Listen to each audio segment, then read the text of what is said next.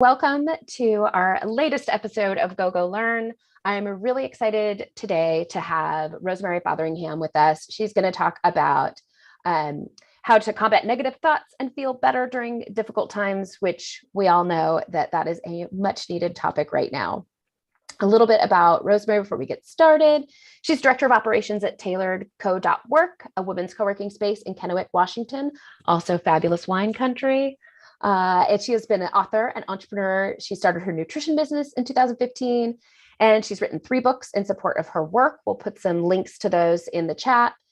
She's also researched CBT for years as a consumer and is joining us to share her story. I really like this format because I have worked in mental health in the past, and you get your experts talking, but it's so nice to have the consumer perspective. So of course, as a disclaimer, this is not mental health care here. This is learning from somebody else's journey. So you're in charge of your own mental health, and please consult your doctor and your mental health providers. This is not advice for that. This is us exploring Rosemary's journey, and hopefully some of it resonates with you. So welcome, Rosemary. Thanks, Heather. Let's start off by maybe telling folks what your version of CBT is, of cognitive behavioral therapy. What does that mean to you?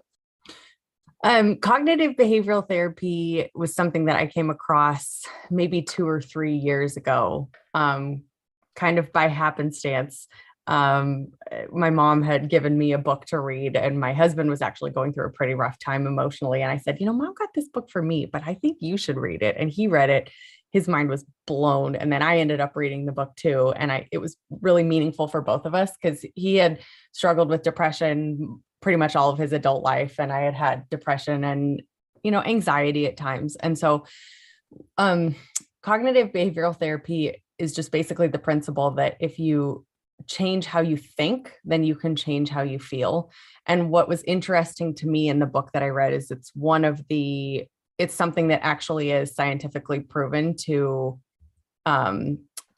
change like levels of depression. Like it actually is like one of the proven techniques to help with depression and anxiety.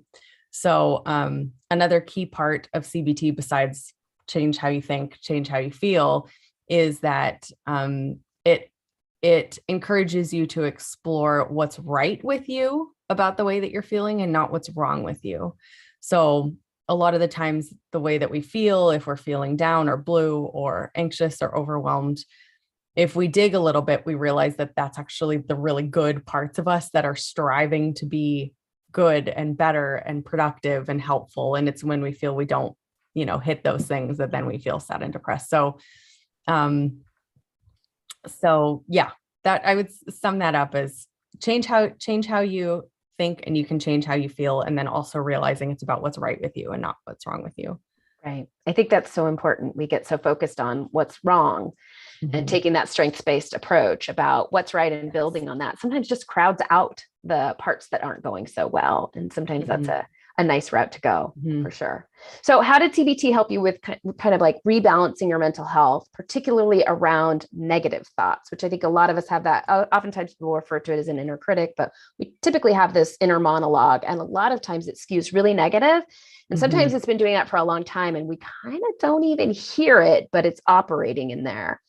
So totally. How did CBT kind of help you with that process, with tackling that? Yeah. And I think a lot of the time when it's just kind of there and we're not really recognizing it, it can be helpful to look at something through the lens of a specific situation that happened, because it's kind of like a fractal. If you can zoom in on one specific instance that happened and how you were feeling in that moment, it gives you more clarity about the emotions that you're having and the thoughts that you're having around that situation. So we could take do you want me to talk through like a specific example? That would be great. Okay. So actually just yesterday, so my husband and I are going through the process of buying a house right now, which has been a pretty big emotional roller coaster and had some ups and downs. And yesterday was kind of a frustrating development in the process. And I had a moment where I was just like overcome with a lot of emotion, like anger and frustration and sadness and hopelessness. And so looking back, I'm able to pinpoint some of those negative thoughts that I was having in there. Like this always happens to me. Everyone else seems to have these processes go really smoothly for them. And it always happens that I'm the one person that it doesn't go well for, or like, it's not fair that other people get to go through this process and it's easy and, it's not for me, or like, I should have known better. I should, do you hear like these thoughts that maybe Yes. I wouldn't, if I hadn't looked at a specific instance in time like that, I might've just been like, well, I feel crummy and I can't really explain why. But in that instance, I recognize those emotions and those distorted thoughts I was having with it, along with those. So, a meditation later and talking it over with a friend, I was really able to recognize those distortions and go, okay, those actually aren't accurate. And, but moreover, they, when I can look at each of those distortions, I recognize that there are good things about me in there. Like, I really value things being transparent. I value efficiency. I value elegant systems. I want to do a really good job when I work with my clients. And so I feel really frustrated when I am a client and I'm not getting the same level of help that I would hope to give to someone else. And so looking at it through that positive lens, I think also helped to shift my perspective on the whole thing. And it ended up being fine, but I was definitely so like overcome with rage in that moment. I recognized, oh yeah, I've got probably two dozen thoughts, like distorted thoughts about this whole situation that are just bouncing around in my head and making me feel all this anger, frustration, hopelessness, sadness. Yeah. And I really like the story that you're talking about. It's one of those things where it wasn't a catastrophic thing, but I think a lot of us, especially in these COVID times, who maybe aren't having a full-blown diagnosis or full-blown depressive episode, fill in the blank of like the really big bads and really big things to struggle with. But it's the death by 1,000 paper cuts, right? So this one incident where you really felt a lot of rage, all of that, it's like, this wasn't the life-altering moment. And sometimes we just sweep those away as opposed to, addressing them, and you can sweep a few away. But what happens when those add up, right? The straw that broke the camel's back. And then the next small thing happens and you're off the charts. And whoever it happened with is like, whoa, like, I understand it's not going how we wanted, but I don't know why the volcano just blew up, right? And so we get this disconnect about how impactful that everyday repeated pattern can create that, can wear you down. So I love this example because it's not a life-altering example, but it's the collection of those that creates health or not, that pushes you in one direction or another. 100%. It was exactly the collection. It was like that instance that tipped me over the edge was like the culmination of a year's worth of emotions about this process in like a moment. Like, I literally had to go in my car and have like a huge, ugly cry for a few minutes before I was ready to go back in. And it wasn't that thing. It was every emotion I felt over the months and months of doing this process, just like bleh, out at once. Yeah. Right. And like you said, in COVID times, there are so many minor things that are happening over weeks and months and years that can just kind of build up and have the volcano effect. Right. For sure. And the cry is always good. Processing those emotions, always good. So when we talk about, so you talked a little bit about changing the way you think, changing the way you feel. Can we talk a little bit about cognitive distortions? And so this is a tool in CBT, and I'll let you introduce and talk about it. I'm going to share a slide that has some of the different cognitive distortions on it. So you talk, and I will click all the buttons behind the scenes and tell us a little bit about cognitive distortions. And we'll give a shout out to Dr. David Burns and his team CBT, where we're pulling some of this information from. Yeah. So Dr. David Burns is like one of the biggest pioneers of cognitive behavioral therapy. He's been doing this for over 40 years with like thousands and thousands of patients. And so he developed, over having all these patients, he developed a group of 10 different, basically thinking errors that he calls cognitive distortions. And we're all susceptible to all of these. But as my husband and I like to joke, we have some that we're really good at, the kind of favorite distortions that we go back to over and over. So I can literally just go through and tell you how one of these thoughts had all of these things happening. So like, this always happens to me, that thought. Well, the first distortion is all or nothing thinking. And that's clearly a all or nothing thinking, because I'm saying every single time I have a situation like this, things go wrong. And there are 0 occasions where things go in my favor. Okay, well, obviously that's not right. Overgeneralization, it's kind of the same thing. This always happens or it never happens. It's not factual. Mental filter is the idea of you're only looking at the things that have not gone well, and you're not counting all the things that have gone well. Discounting the positive. I guess it's kind of similar to mental filter in that aspect. Jumping to conclusions. Definitely my brain went to like, this is never going to happen for me. I'm completely screwed. We're never going to get this house. It's never going to work out. And the mind reading, like they think I'm this, they think I'm irresponsible. They think that I'm just small fry and they don't really care about me. Magnification is blowing something. You think something's a bigger deal than it actually is, or vice versa. You say like, this isn't really that big of deal. Like if I, have like 2 bottles of wine before my big presentation tomorrow, it's probably going to be fine. Not that I did that. I had 1 cider. Emotional reasoning is if you feel a certain way, then let me back up on that. Emotional reasoning is like, if I feel like a dummy loser, that must mean that I am a dummy loser. Should statements are, I should have known better. I shouldn't have gone into this, not having educated myself more. Labeling, I'm a dummy dum-dum. Or they are this, and that. Personalization is, it's my fault. I should have done this, even if it necessarily wasn't. And then blame similarly is they should have done these things, or the world is unfair, or yes. So these are basically, they all kind of fall into one of these categories. And so first, identifying the thought that you have is kind of the first step. And then you identify what are the cognitive distortions that are inherent in that thought, whatever your specific thought is. Excellent. Yeah. So, I like you're starting here with this process, right? This process of, I think a lot of us recognize ourselves for sure in this list, first of all, and the examples that you give. Although I'm not nearly as nice to myself with the dummy dum dum. I kind of definitely like heavier words. I'm trying to keep it G-rated, but I'm so idiot. Yes. And I have found myself, even though I think I don't believe it, I found myself saying to myself, oh, you idiot, that was the wrong spot for that. And it's become like normal. And I don't feel, again, it's one of those death by 1,000 paper cuts where it's like, I don't feel terrible about it. Yeah. But it's not a good thing to be kind of going through my head.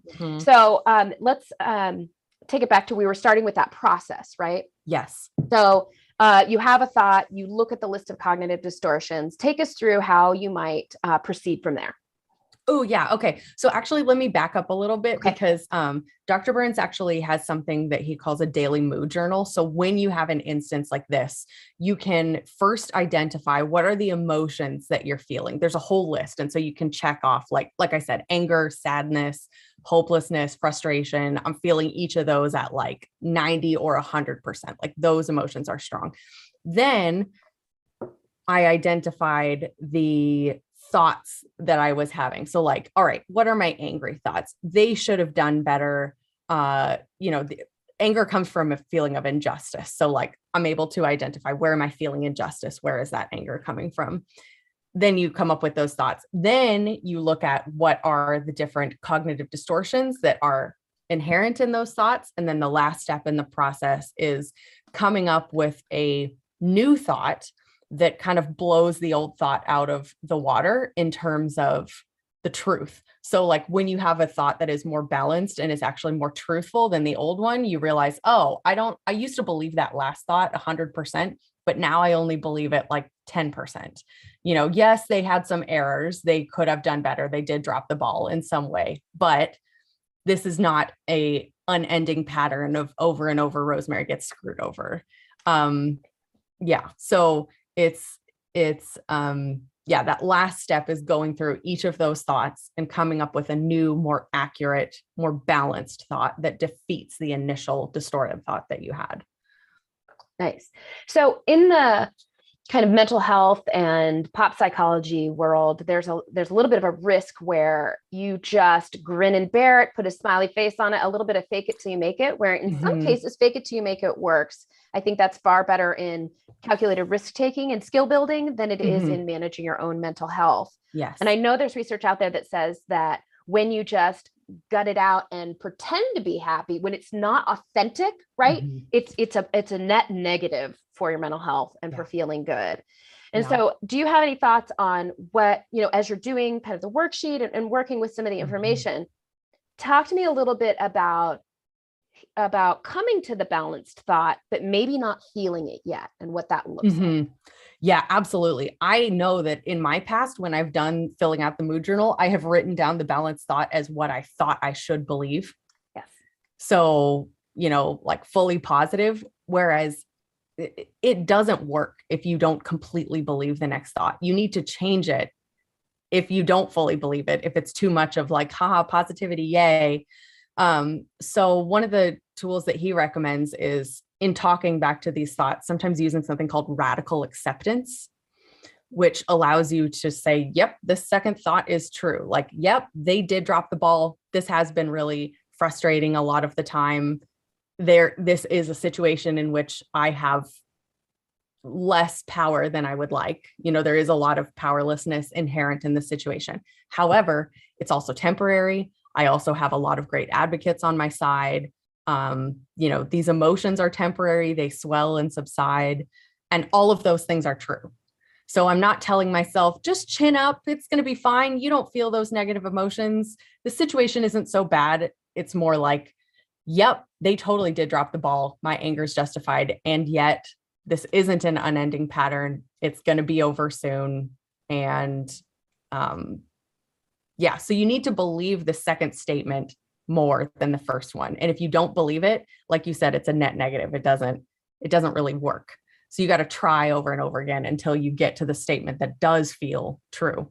And that radical acceptance is a really good way to do that, especially in situations where you actually don't have control over it. Yeah, absolutely. Yeah. One of our watchers says, is calling it toxic positivity. I like that. I like that phrase. It's like, if it's fake, if it's not authentic, it's not helpful. Yeah. And I think the other thing to notice is that it took you a long time to develop a pattern.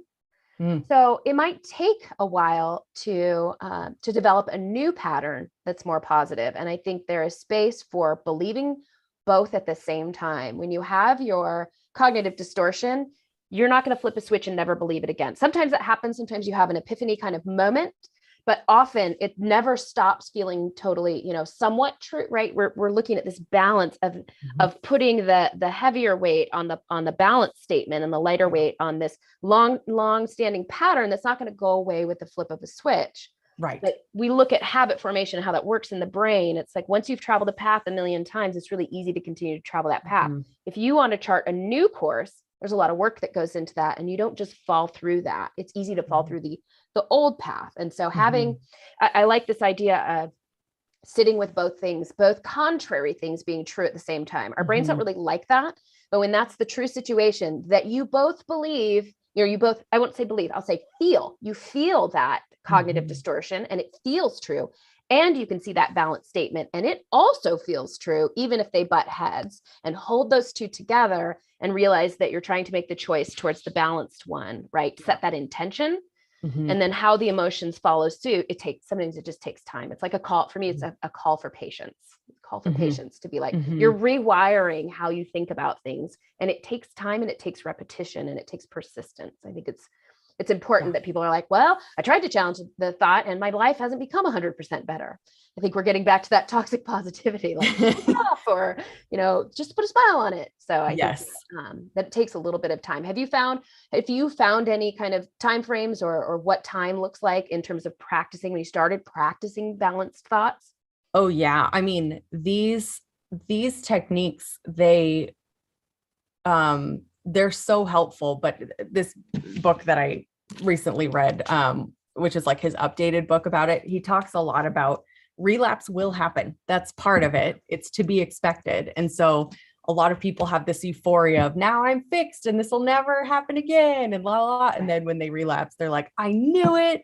This was all hokey from the beginning. And he says, no, relapse will happen, but the techniques that helped you last time will help in the future. So I know that I had gone through a really rough time kind of back in December or so. And I decided to go see a team CBT trained therapist about it. And after the first few weeks, I was really like picking up. But then soon after that, I had a relapse and so needed to come back in for a few more tune-up sessions. And then, it's never a like forever and ever fixed, but you do get quicker at recognizing the distortions. And I'd say the dips that you go into are not as long and not as deep as they were before, if that makes sense.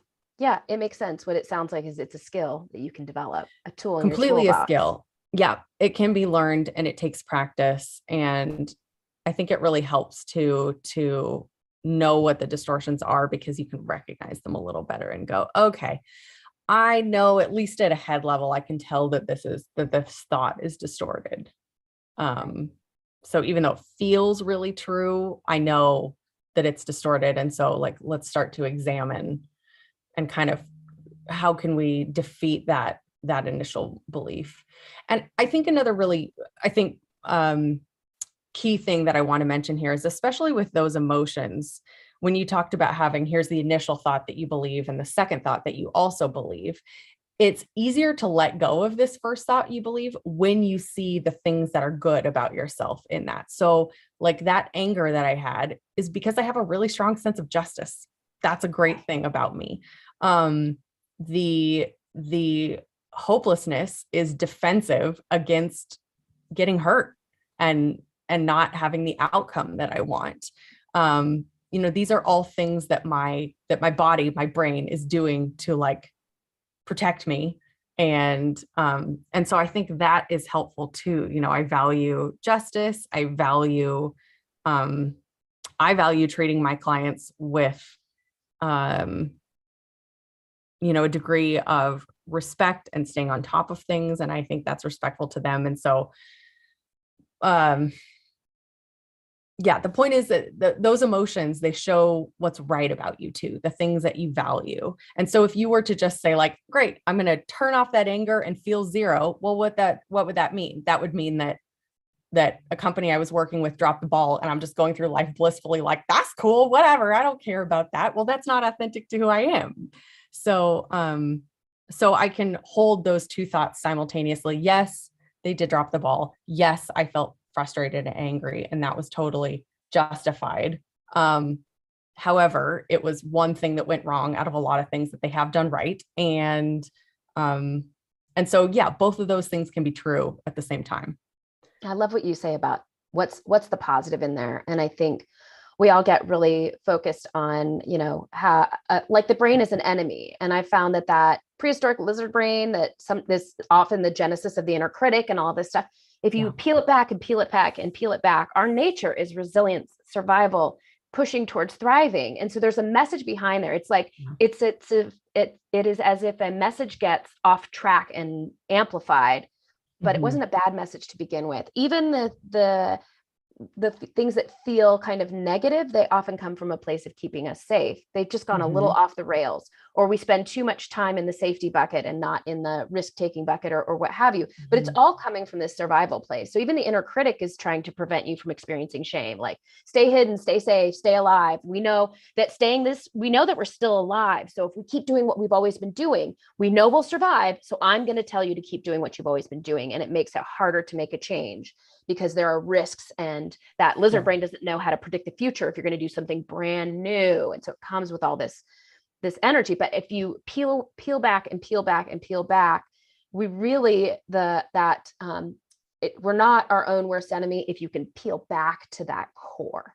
We're looking to support ourselves. That lizard brain is looking to keep us safe, and we'll move into thriving, but it's not an automatic thing. But instead of being at war with yourself, you find that positive message in there. And I feel like when you find that, then you begin, self-forgiveness becomes a lot easier. Like, why do I beat myself up all the time? It's like, my brain's just trying to keep me safe. Like, I get that. I appreciate that. And it's been overdone. We're going to do something different. Right. So instead of this fighting, it's that acceptance piece and seeing it for what it is and being able to move forward with it. Yeah. Susan David, I think is her name, talks about emotions are signposts. And so you can look at those and go, all right, that's directing me to do, like, what is it helping prompt me to do? Whether it's have a conversation with that person or change some things in my life or whatever it is. Those emotions are there kind of tapping you on the shoulder and saying, hey, I'm here.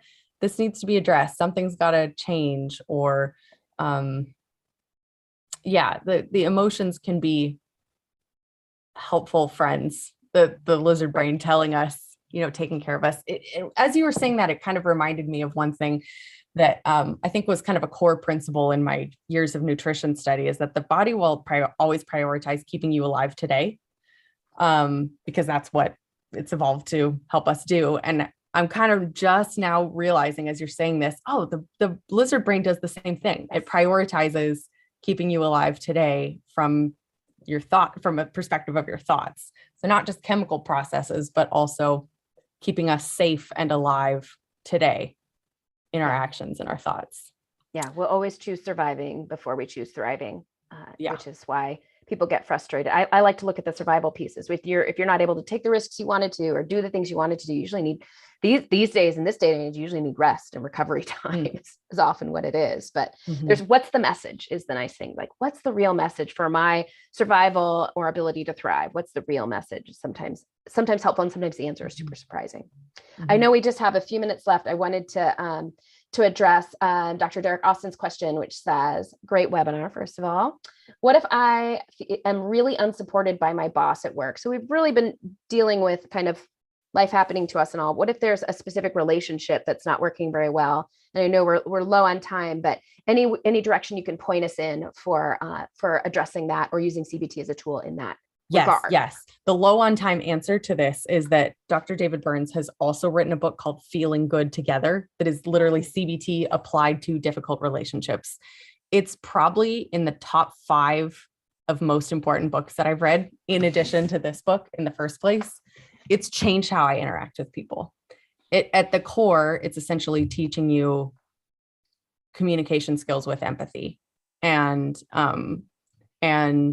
the realization that if we can change some of our own behaviors, then paradoxically that somehow gets the other people to change. Now, with the exception of if you're dealing with somebody who actually is like a sociopath or a narcissist, they're not going to change. But with reasonable people, these tools are incredibly effective, and I've used them in other interpersonal conflict, and it works really well. To be clear, these are not designed for manipulation.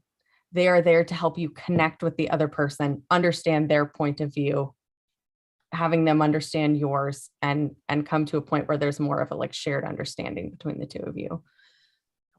I love it. So I put some of the ways to connect with you in all of the chats, and I have put together a little worksheet that people can use to go kind of through and dealing with their thought patterns that I'll share there as well. And in our last minute, if there's one takeaway that you could leave people with, what would it be?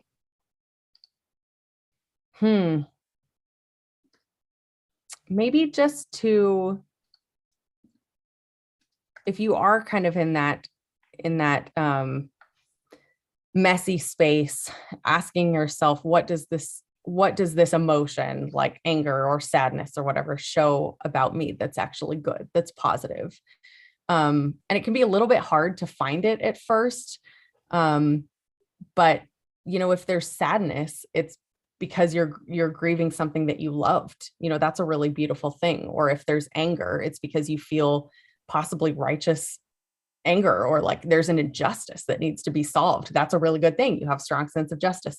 So any of those emotions have a thing behind them that is positive and wonderful or beautiful. And I think if we examine that, it can be a little bit easier to let go of those negative emotions, to choose to let go of them. I love it. Great message to end on, with the positivity.